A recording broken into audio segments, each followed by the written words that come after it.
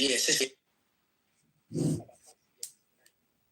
But yes, they changed the language. They changed the tribalism. They changed a lot of stuff every single 5 to 10 years. Hi, moderators, put me in the queue. This time travel machine is fucking fascinating. What year are we in now? How many African countries currently? And first of all, I want to make this very clear to everybody in the room and beyond. I want to make this very clear. Africa is a continent. It is not a country. 100%. It's a continent. It's a country. What do you mean by continent? It's a country. It's a big country.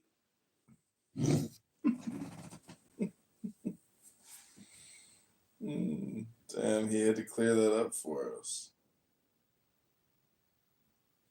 Oh, no, that's right. Yeah, it might be time for me to close my eyes. All right, good night. Get off Clubhouse. Good morning. So when she leave, they know we go. I don't want to have any kids here because the societal culture is so trash, right? There's no, the problem is there is no upper class culture here, right? Everybody aspires to be the worst of the worst here. Where I live right now is the ice capital of the world, right? Just think about that for a minute. Interesting.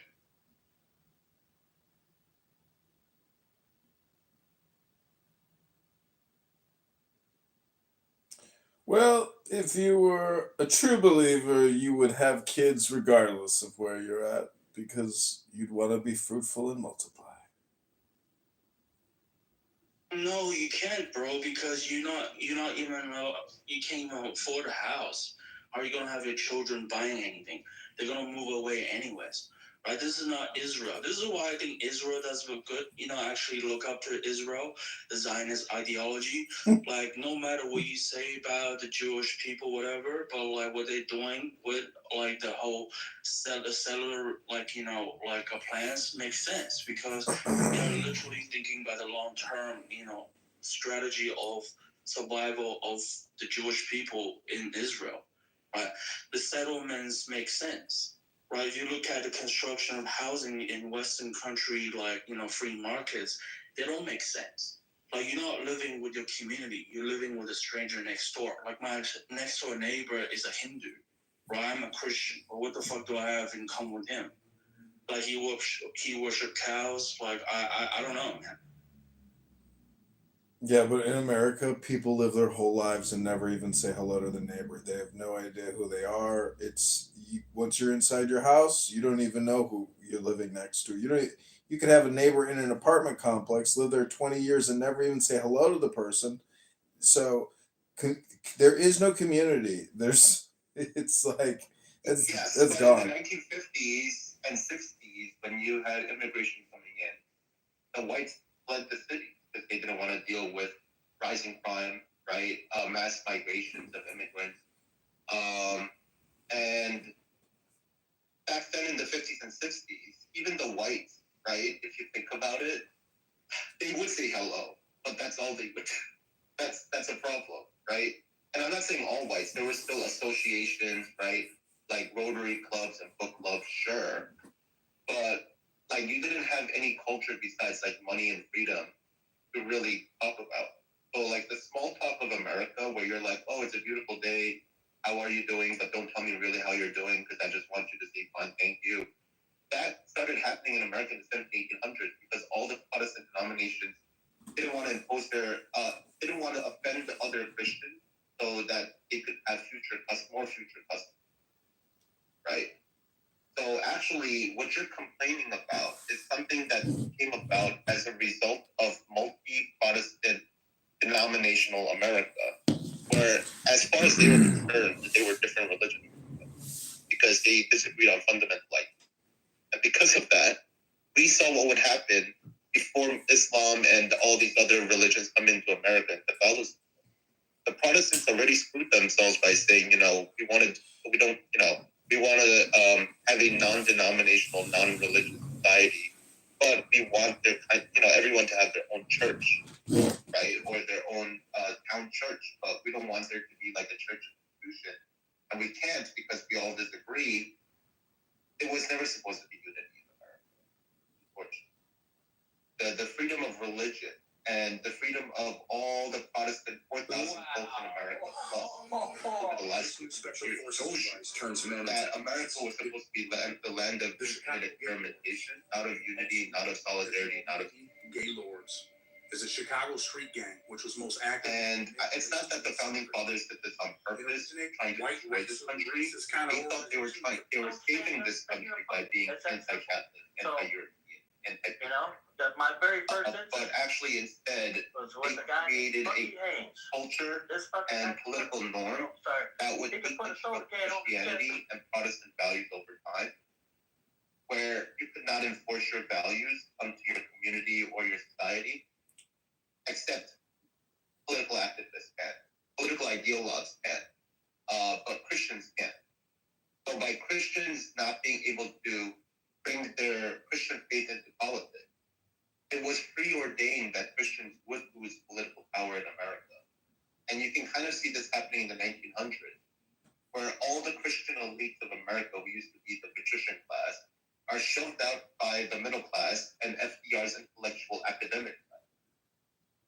And now all the best families of America, whose kids were trained to be bureaucrats, judges, lawyers, etc., they went into the free market. Right? So the Christians had to leave government. But then Marxists and leftists and liberals can push their ideas. Right? So America is a country where Protestant Christians are the only ones not pushing their values into the public space. But every other Peter Pan, false preacher, politicians, pundits, professors, performers, peddlers who sell their wares, they have a free. They can push their ideas spiritually. They can make ads, sexualizing women spiritually, and that's the free part. But Christian values in the public space, no. Within institutions, no. Running in Congress as a Christian, open Christian who wants to push Christian values into their state or county, that's illegal. Not illegal, but follow. So actually, like Christian Protestant liberalism is a deconstructive, deracinating force that destroys your own religion over time because you don't want to offend them, because you want to make more money and have more customers. In other words, Protestant liberals have traded God for money, God for equality, God for tolerance. And their new Protestant religion over the last 100 years is equality, tolerance, and acceptance. Because that's how you make the most money. If you do trade with every country in the world without war, a free trade a trade empire, right? A trade federation, well, we can end all wars. That's what Wilson said. If we make a UN and the strongest countries around the world enforce it, we can literally create a free trade system and end all wars in the future by everybody being dependent. Is that what happened in the last 100 years? No, we had World War I, World War II, Korean War, Vietnamese War, and then the countless other wars in other parts of our empire. So, to me, liberalism and Protestantism are the most deconstructive forces that led to Marxism. What Mao had to use state force to destroy your culture, destroy your tradition, destroy your habits and how you interacted with other people and your social norms and culture, customs, rituals. Americans would have destroyed their own cultures and rituals every generation by malparticipation. So what is it about Protestantism then? Is it because it's like anti-collective? Yes, it's anti-authority, anti-Catholic Church, anti-Anglicanism. So a lot of these old Anabaptists, if you read about the Anabaptists, they sound like trash-talk progressive. We want egalitarianism, we want communes where everyone's equal, everybody has the same amount of land. They're literally proto-communists. And then if you read the Quakers, they're hyper-egalitarians too. Men and women are equal. There should be no priests. There should be no sacraments. There should be no rituals or customs that are sacred. And they used to literally cover themselves in shit and go into other Protestant churches to make fun of them. They were some of the most radical out of all the other Protestants. And you're like, what the fuck are you guys? You said the Anabaptists? No, these are the Quakers I'm talking about now. Both of them. The Quakers hated all authority, all hierarchy. So they are literally the Quakers won out in culture in America. It wasn't the Puritans who won out. It wasn't the Southern feudalist slave owners who won out. It was actually Quaker culture of live and let live and make as much money as possible. And the Dutch were similar in that. The Dutch Protestants and the Quakers are similar but different. They're both deconstructed. Look at the Dutch mercantilist empire. They wanted to bring immigrants from all over Europe, even North Africa. They had Muslim farmers in Dutch New York and in the Netherlands. Okay? They wanted everyone from around the world to come to the Netherlands and to produce cattle. Okay? All the problems that we're dealing with, they did it first. They had hypercapitalism. They had the free market. They had Wall Street. They had inflations. They had bubbles. They had the tulip currency bubble pop. All the things that we're going through, they went through first. They had transnational corporations in the Dutch West and East trading companies who had so much authority that they could wage war if they wanted. And the Dutch backed them. The Dutch government. You know what I don't understand is like, why isn't there a country that has ever been able to essentially create just a banking class where it's nothing but banking, like that's what the Jews kind of did though in the Middle Ages, right? That was their role because the Catholics hated usury. But right? what I'm saying is the collective intelligence of the herd or the population of said country. I'll tell you why though. These merchant societies who are solely merchant and non-religious and like economic free trade zones or a collective of merchants from different countries in Europe will never work because as soon as they get attacked, there's nothing deeper unifying them and keeping them together. Whereas what religion there is, and they can all scatter to the wind and say, "Fuck you guys! I don't care if you guys live or die. I'm out." Secretly, that's the problem. That's it. Look, there's two types of merchant. There's a merchant that's been in your town for 200 years, right? Their family, and then there are the merchants that travel around. Who do you trust more? The merchant who lives in your town, or the merchant who can travel around and could be a snake oil salesman and sell you bullshit and you'll never see them? Well, what I'm saying is war is what resets all communities, societies, nations, etc. Revolution and war. Revolution and war. Look, yes. Look at the English Civil War. At that time, the average marriage rate for young men were 28. They were getting arrested. They were getting disqualified, right? So they started they joined the English Civil War.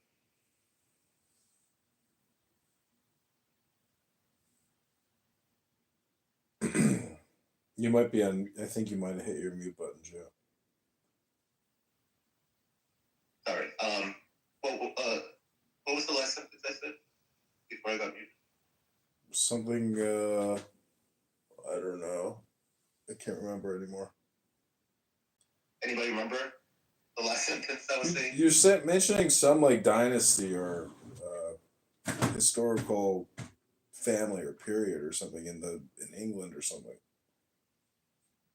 Oh yeah, the English Civil War. So the young incels, right? The young male incels love war and revolution because they might become it's like the socialists and communists. They might join the new like middle class or upper class, right?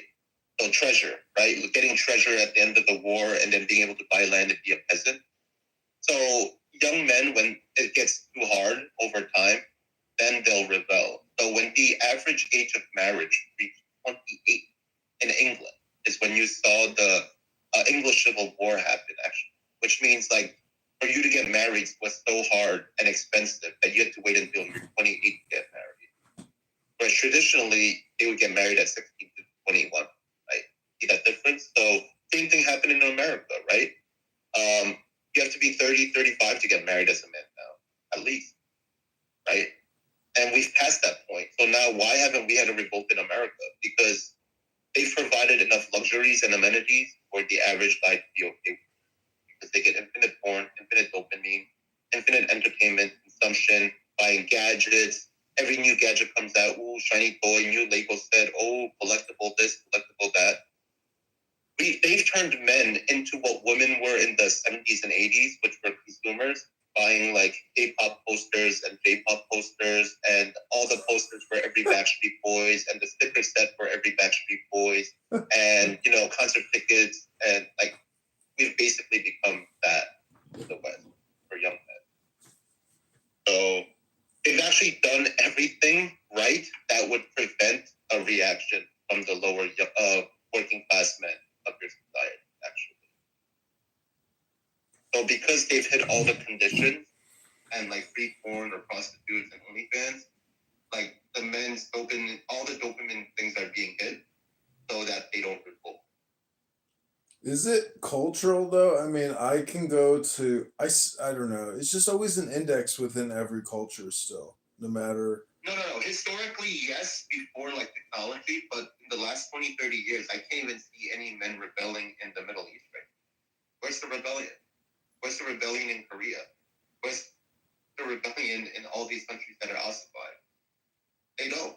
They can't. They won't. Weird. I agree with you, but I think like democracy and civic nationalism does a really good job in suppressing. If you're able to maintain it, and brainwashing through schools does a really good job of feminizing men too. So that was another part of the process that I agree with. That culture that you're speaking about is just bureaucratic propaganda at school.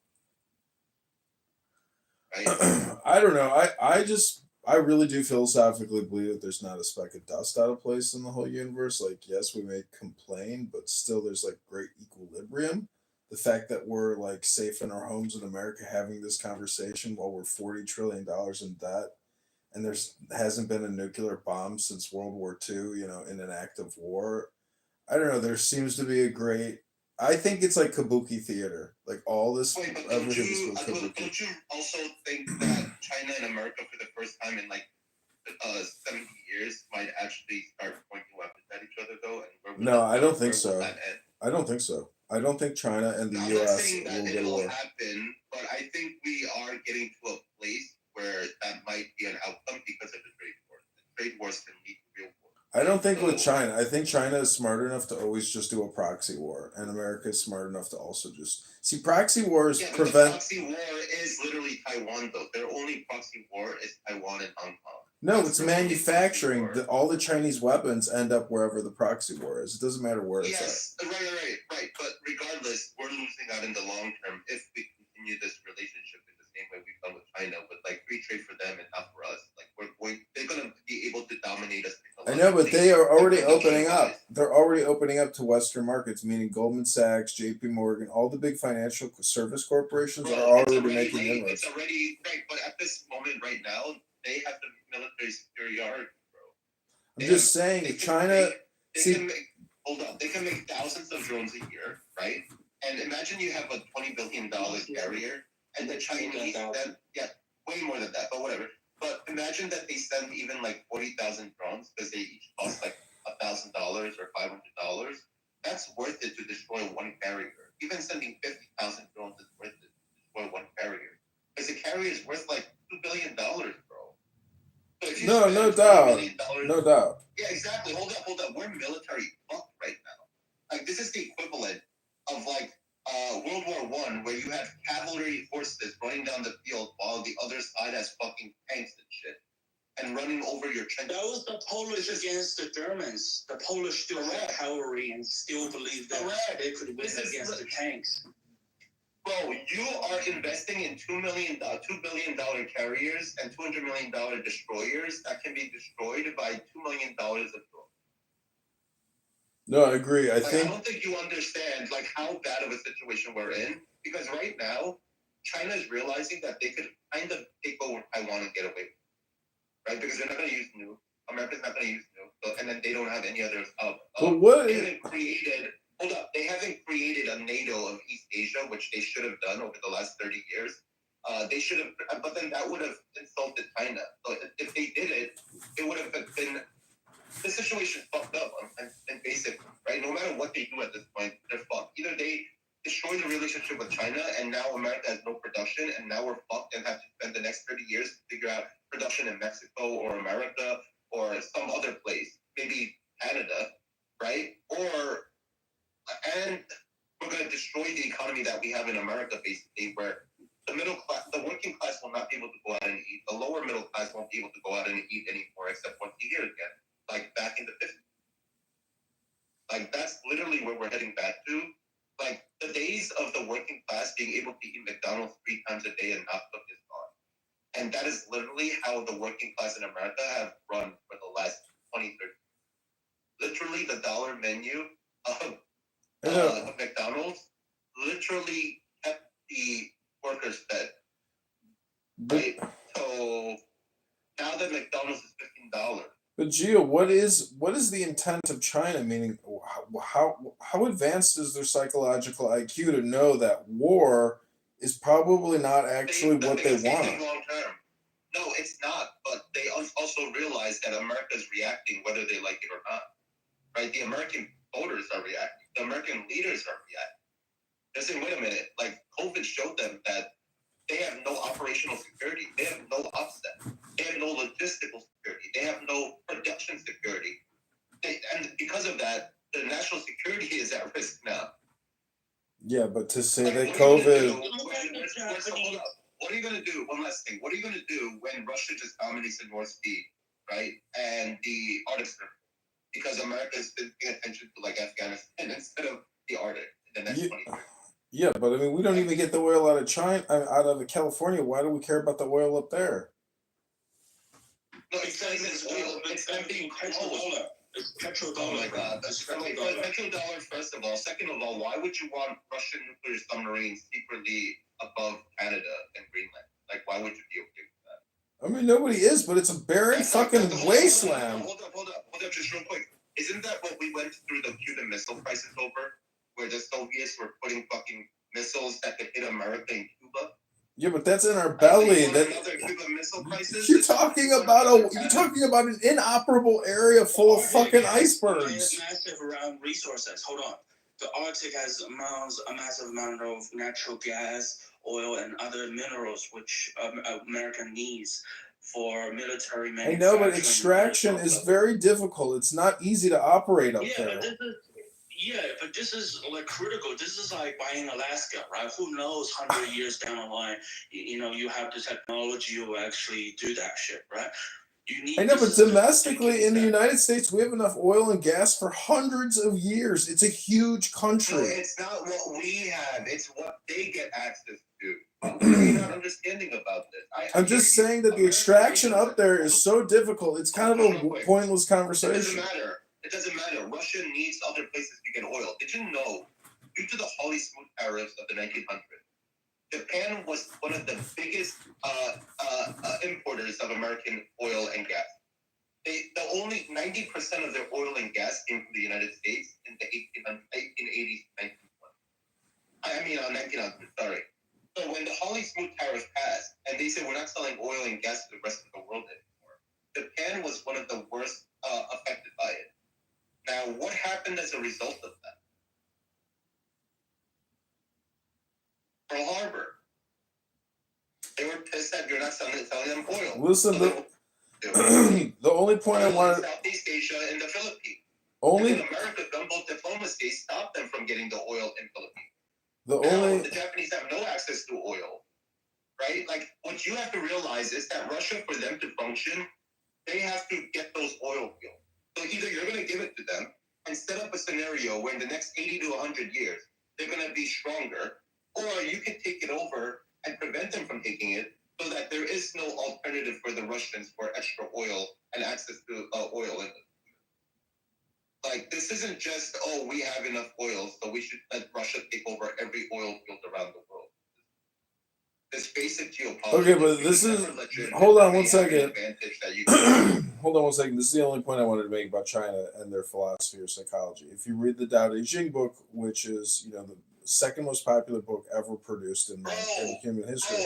That's Bro. 1,000 years ago. The point is, Oh well, my this is God, the bro. now is all important. You can hold on. You can take us on the time machine trip in this room all night long. It's fun. Just give me 10 seconds.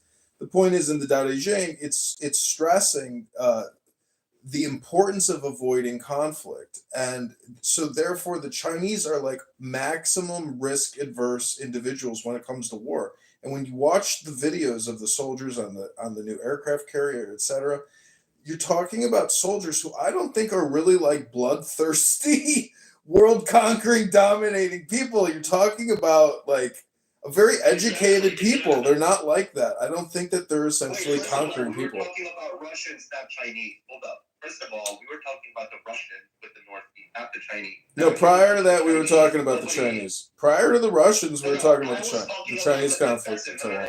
No. You're taking words out of my mouth. I'm not. When I was talking about, hold up, let me book that. When I was talking about Chinese military capacity, it wasn't to invade dumb fuck. Otherwise, I would have talked about battleships and cruisers. What I said was defensive drones, you dumbass, right? So if you'd actually listened to the words that I was saying instead of what you thought I was saying and overlaying that over what I know, but defensive drones are offensive drones. Hold up, please. You would have realized that when I talk about drones and Taiwan and Hong Kong, I'm literally talking about them taking those steps. So I'm talking about the warfare that they would have to pursue in the China Strait, right? Taiwan Strait and South China. That's what I'm talking about. I'm not talking about China invading the world or anything like that. I'm talking about, will they take over Taiwan to shove it in the U.S.'s face and say, now what, bitch? We got Taiwan's chip manufacturer, right? That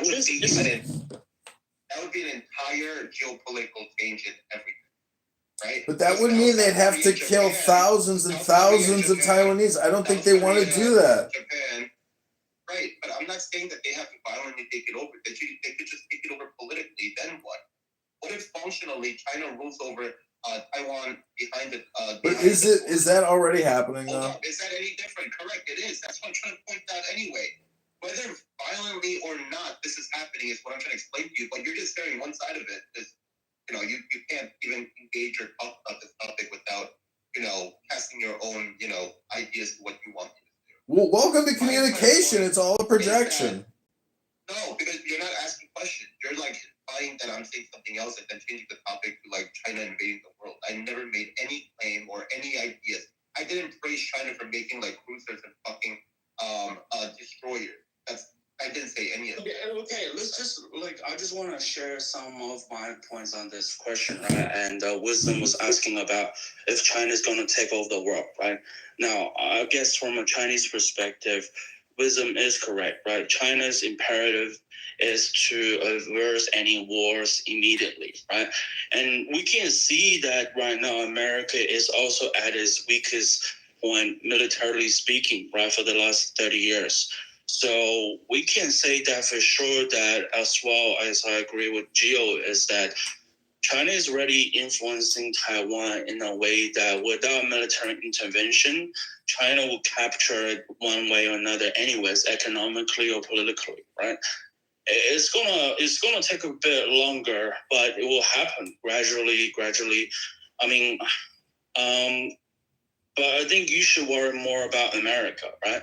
At this point, I think Americans really worry about the future of America, where you guys have $36 trillion in debt. You guys are paying over $1 trillion in interest, right?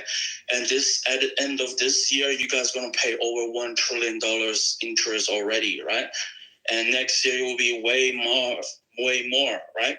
And that's the problem that you got to face, is that how are you going to get money, right? How are you going to reset the debt? How are you going to restructure the debt problem? Now, Trump, I guess what Trump is going to do is what he did to his business. He's going to go bankruptcy. He's going to, pretty much lay off the debt, right? And, but that's not possible, bro. That's not possible. If America does that, America will be totally relevant in the world stage. You guys will be literally in chaos, right? How are you going to get all these manufacturing done before then? Like Gio said, right? Imagine America going to civil war. Daniel, do you know what the China national debt is? Most of China debt is internal. It's not public. I know, but if you go to debtclock.org, usdebtclock.org, the You're Chinese. looking at the GDP per capita of what? No, I'm just looking at national debt. Anyways, I'm just trying to say that at this point, the national debt of China is almost half of that of the United States, which is wild. But it's internal debt. Yeah, the difference is all that American dollars are going back to China, so they're still winning. Like if I was China, I would spend every dollar of American consumption in China to buy precious gold and metals, so that if the dollar collapses, I'm still fucking good. All right, like, look, even if I was an American, I'd be doing this shit. If I was an American and I was like, wow, these people really trust this shitty dollar, right? If things started looking bad, I would start using all the dollars that I have to buy as much resources and valued goods as much as possible. I would literally buy out entire industries of goods that are necessary for survival. I would literally trade our American dollars for as much gold, as much minerals that I can find around the world. So in case something happens, right, I'm going to have a monopoly on that. And China and America are so stupid. Neither of them thinks this way, and both of them are still spending money into like whatever consumption alone, right? So this is how stupid both of these societies are. If I was in charge, if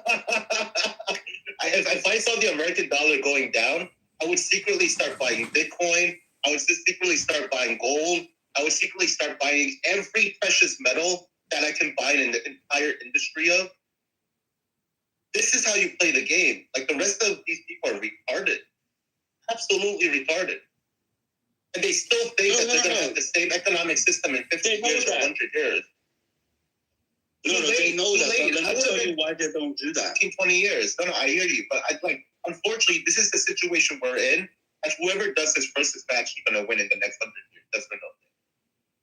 Yes or no? Because the American dollar is going to go to... No. That's not... Look, the problem is much more complicated than that. It's not as easy as you think. You just use American dollar and then everything... Then you can just buy whatever else and... So it is. America is literally doing that with Bitcoin right now. They literally are. They're like, this is the thing that we can do the easiest. We should keep everything... But you're talking about with private buyers, right? You're talking about with government...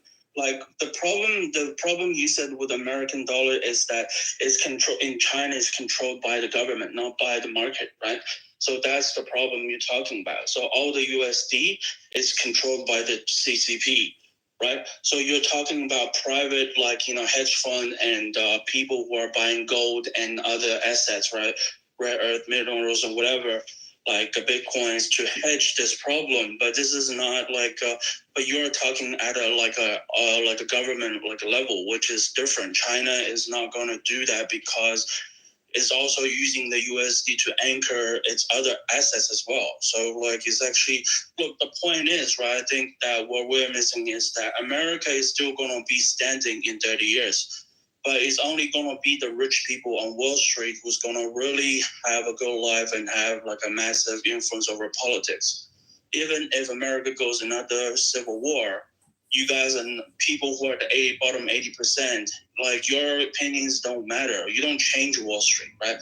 Silicon Valley, these technocratic, future technocrats, accelerationists, they you can't change their minds, right? What Peter Thiel wants is a cyberpunk city, right? Cyberpunk America, right? That's what he wants. Elon Musk, I think he's going to exile to China in a few years. Mark my prediction. His business is all going going to tank, right? His car business, all of this shit. He's going to go to exile. He's most being impacted by actually the war, the tariff trade by America, actually, by Trump. Sorry. So you're going to see Elon probably going to jump ship. For sure, he will jump ship. And that's what China's attracting. The way why China is not jumping ship at a government level is China's trying to get all the smart people from America to China. That's the plan. China is not stupid, right? There's still tons of tech people in America, Silicon Valley. That's what China's trying to get. China's trying to get Silicon Valley people while America is attracting more Wall Street people to America. That's the problem.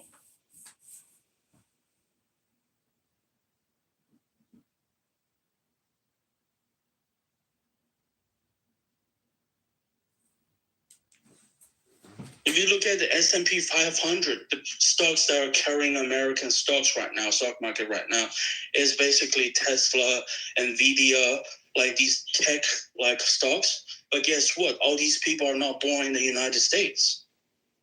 Have you guys noticed that? You don't see like Amazon. I mean, Amazon, yeah, I guess so. Microsoft, Oracle, and whatever. But all these newly, really, like your stocks that do really well, like they are foreigners, right?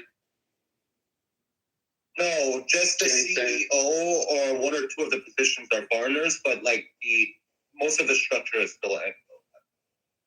No, they built the company. I mean, like what I'm saying, Tesla is built like by Vivek, sure, right, and Vivek, sure, but then there's still, a small percentage, right? No. I'm not talking about people born in America. I'm talking about people like Jensen Huang who built Nvidia, like Elon Musk who started the Tesla. I mean, people like them who came to Silicon Valley. Right, but look, all these other countries, the people have a reason for entrepreneurship. In America, there's no point in being an entrepreneur anymore because all the other companies will buy up all these small companies.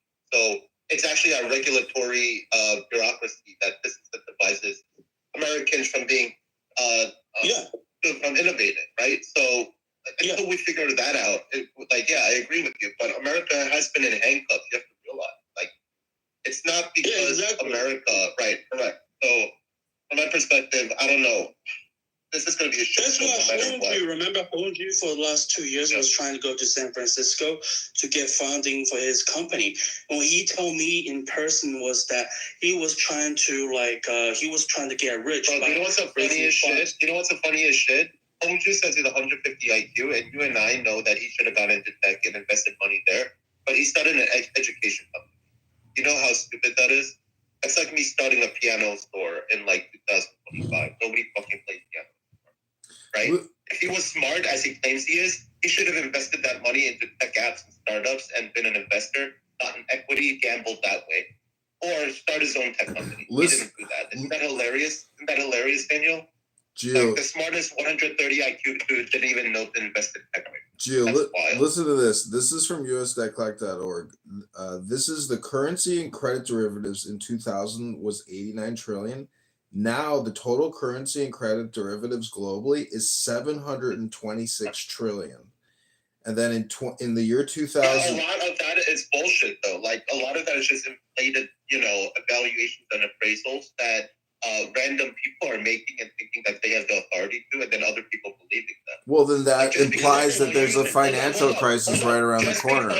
Just because I tell you my Charizard first edition is worth $1,000 doesn't mean in 20 years, if the entire society goes to shit, that anybody is going to give a fuck about your Charizard. All right? You're thinking that this high appraisal rate of our economy around the world, according to the same people who stand to benefit the most, correct?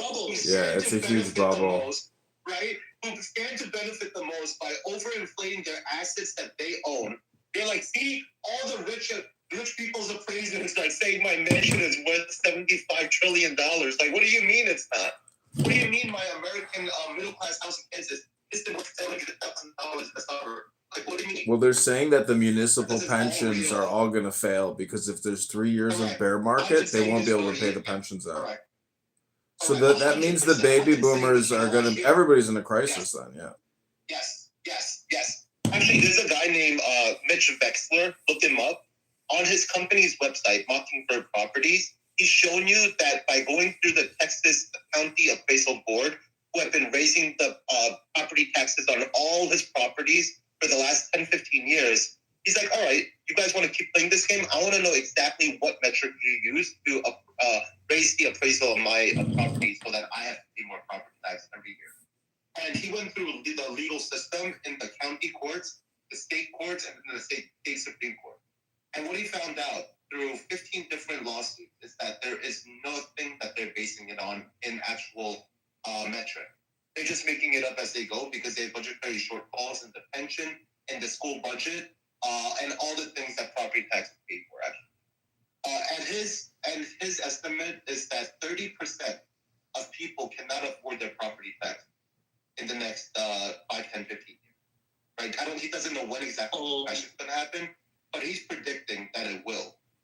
And if you go to his website, Mockingbird Properties, and click on the DCAD link, he'll show you every legal process. He has spreadsheets, he has tables, he has legal documents from every court that he went to show you, look, these people are literally making up numbers. Because in Chicago, the listen to this, the assessor's office is issuing $1,000 checks because the average property tax is up 78%. But guess who they're issuing the $1,000 checks to?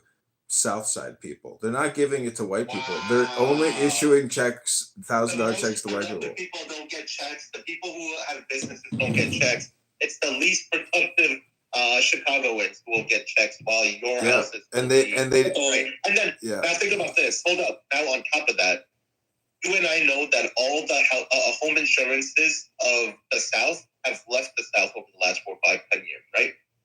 And they're uninsured for flooding anymore. The problem here is what happens when over the next 10, 15 years, there's multiple huge hurricanes in Texas, Louisiana, the East Coast, Florida, etc., and the Gulf of Mexico, where it literally destroys so many homes, and the middle class can't rebuild that home now for $700,000 or $300,000 or $500,000. What are you going to do that? So many of those homes will be put to sale. They're going to move out to the north, right? It's going to make the north more expensive because now they're competing for the market of all the middle class people who lost their homes every year. And now the BlackRock's going to buy out all the homes in the south.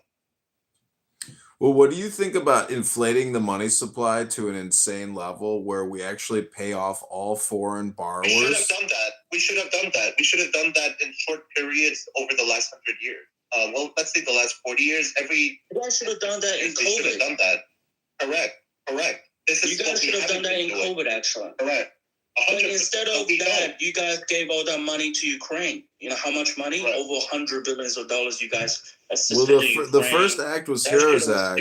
That $1 trillion was lost to PPP loan fraud. $1 trillion was lost to Medicare, Medicaid fraud. It's all fraud. Correct.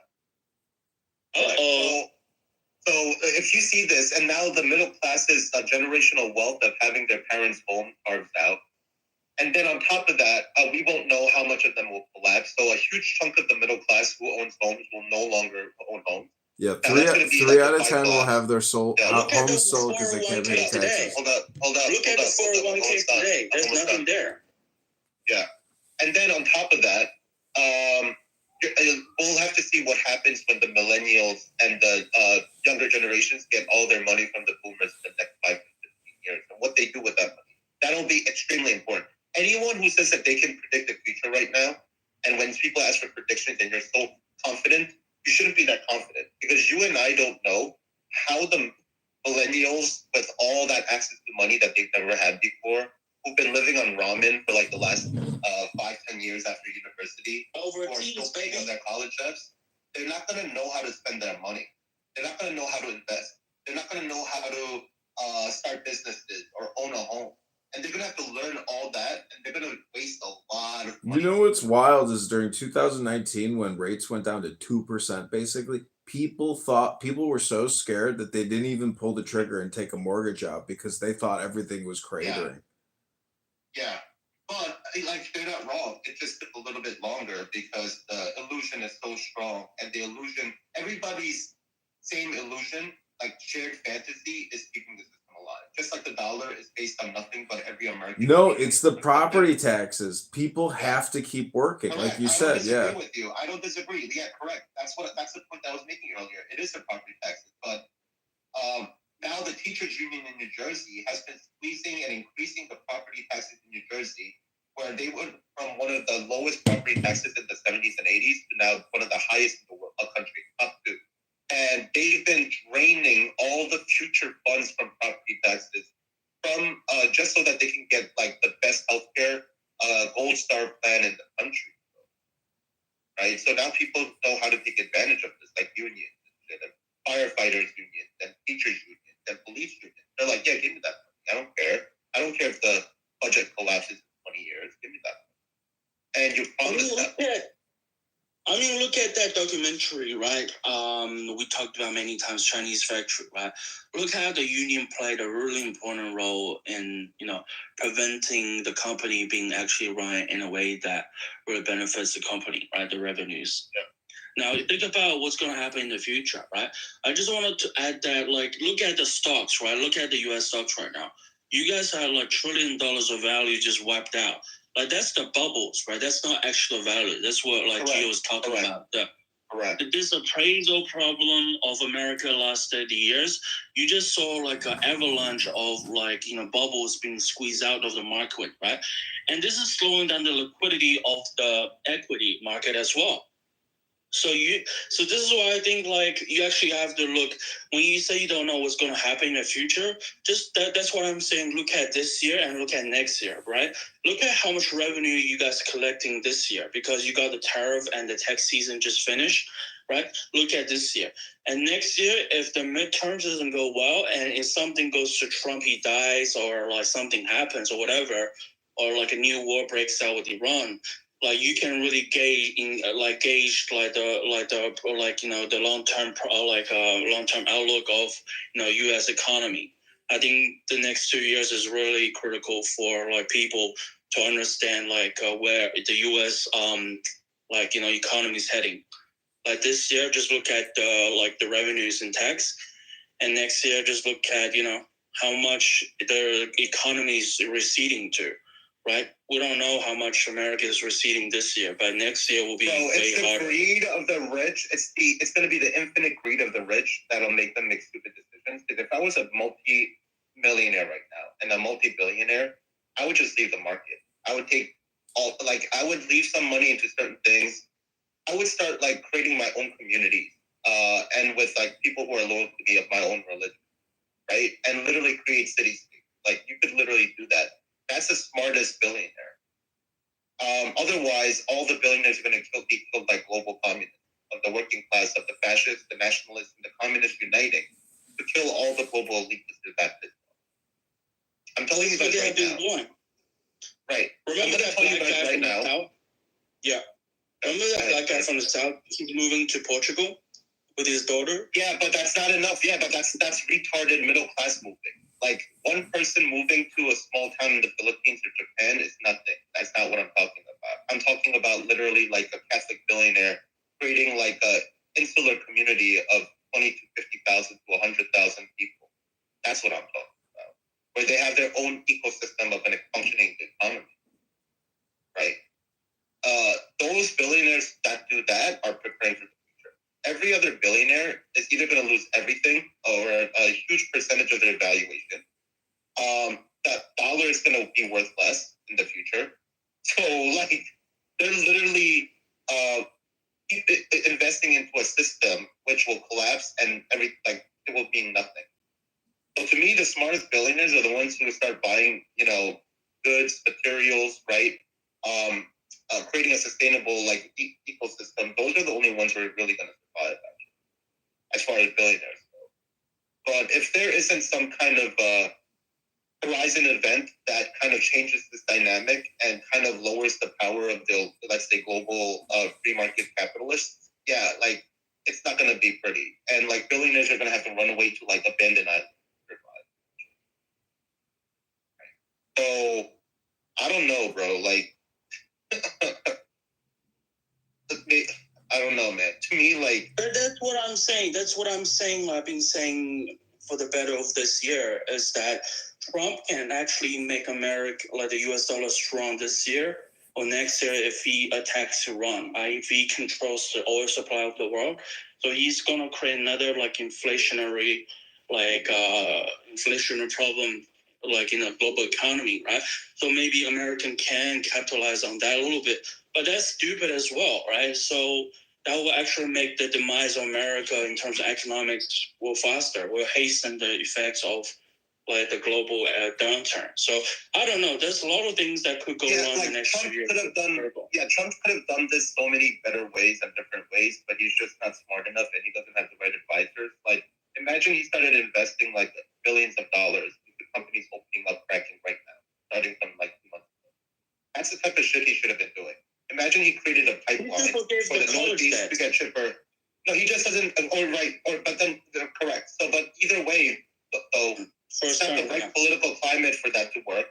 Number two, he has so many problems dealing with that he can't focus. And number three, he has to appeal to so many different parts of the Republican Party now. The technocrats, the populists, the Christian nationalists, right? The disaffected liberal and centrists, right? So, I don't know, man. You know, if he did those, if he started building nuclear power plants right now, yeah, like that would help a lot.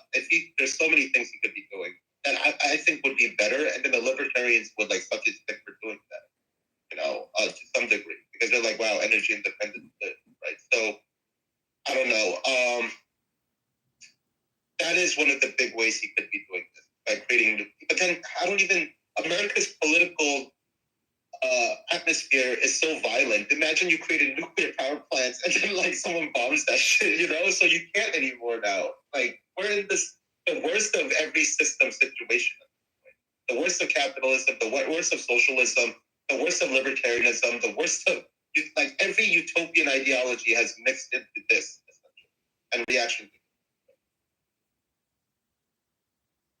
this is literally, I mean, unfortunately, Marx was right about this. Even though I hate his solution, his like prescriptions on all of this was absolutely true. Absolutely true. It's just that he created like a religious Marxist like reaction to this, which didn't work out either. So.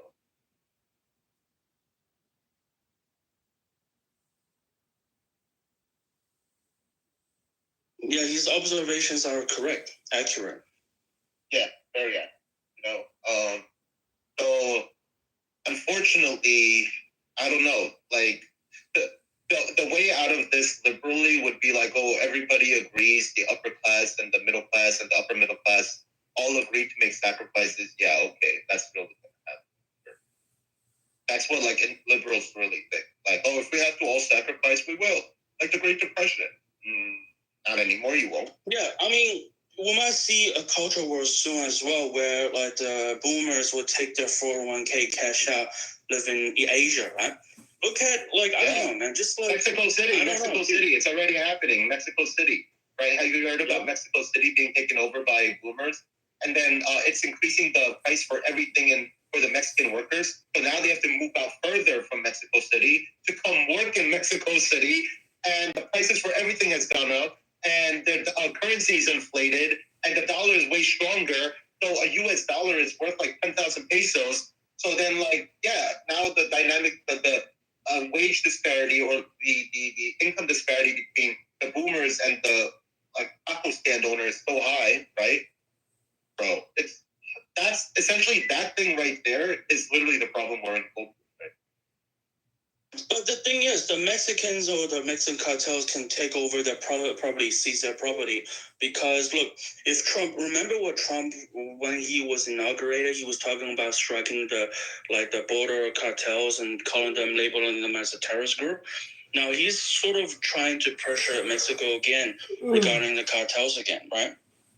If America goes rogue, right? If economic downturns turns America, I think the cartels or like Mexican government might be emboldened to seize properties of foreign investors in Mexico. Well, until recently, I would agree with you, but Trump's declaration of them as terrorist groups, it's signaling that America might actually start taking the cartel problem seriously. And if they do, it might mean that they're really trying to take down the cartels because they want to turn Mexico into a production country of America where they do all the cheap manufacturing, and then Texas, let's say, the Texans start doing like the middle upper manufacturing. That's what that would be the best thing for America, because then you could bring multiple levels of production back to North America.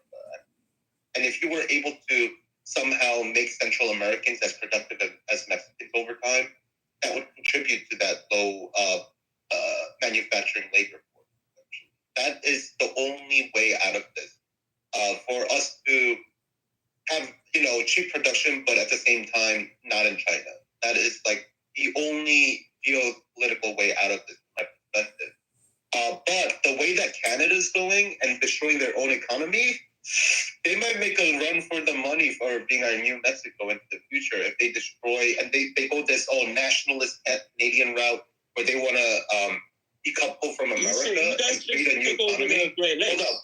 Yeah, correct. So if this is another option. So actually, if Canada wants to commit civilizational suicide and then become the Mexico to the north of America, fine. Okay, do you, and when you are so desperate for jobs in 30, 40, 50 years because you realize that you can't replace American consumption and the US dollar coming into Canada with any other group of people in the world because there isn't 150 consumers and any million consumers using American dollars anywhere else in the world, then Canada is literally committing economic suicide and they might become the new Mexico of America. So the issue is that if America, if Canada is going through this, civilization. Hold up. Now, what sounds better? Doesn't Trump saying that he just wants to make you a territory of America or the 51st state of America seem so much better as an option now, Daniel? Exactly. Yeah. So was he really saying anything harsh? Nope. He was just telling you the future reality of your society. If you don't Right. Yeah, it makes absolutely sense that America should take over the whole GDA region, right? The Greater Toronto region. Yeah, but then the founding fathers were so but a lot of the American politicians during the Monroe Doctrine were stupid because all they said was we don't want Europeans to take over China, right? European colonial countries to take over. I mean, not China, South America, Central America. But they left it as a free market, and then China, 100 years, 200 years later, that means we can. Russia's maybe that we can get into that. Well, doesn't that allow foreign countries to come in and do so? Trade is the initial step of domination, just like the British, just like America. Yeah, I think that a lot of people, when they feel threatened, somebody's trying to punch you or whatever, and you respond with your own, how you feel you should respond. Who's to jump in and say, "Hey, man, you went too far"? I think that's a fair point to make. That dude's head would have never been bashed in if that dude never rode up to his house. Oh, okay. So it would never have happened. Alright, so I guess you and Dino are in the same boat. Cool. Yeah, or maybe the guy. Look at what I just said. You and her would agree. Where he felt like the threat was ceased.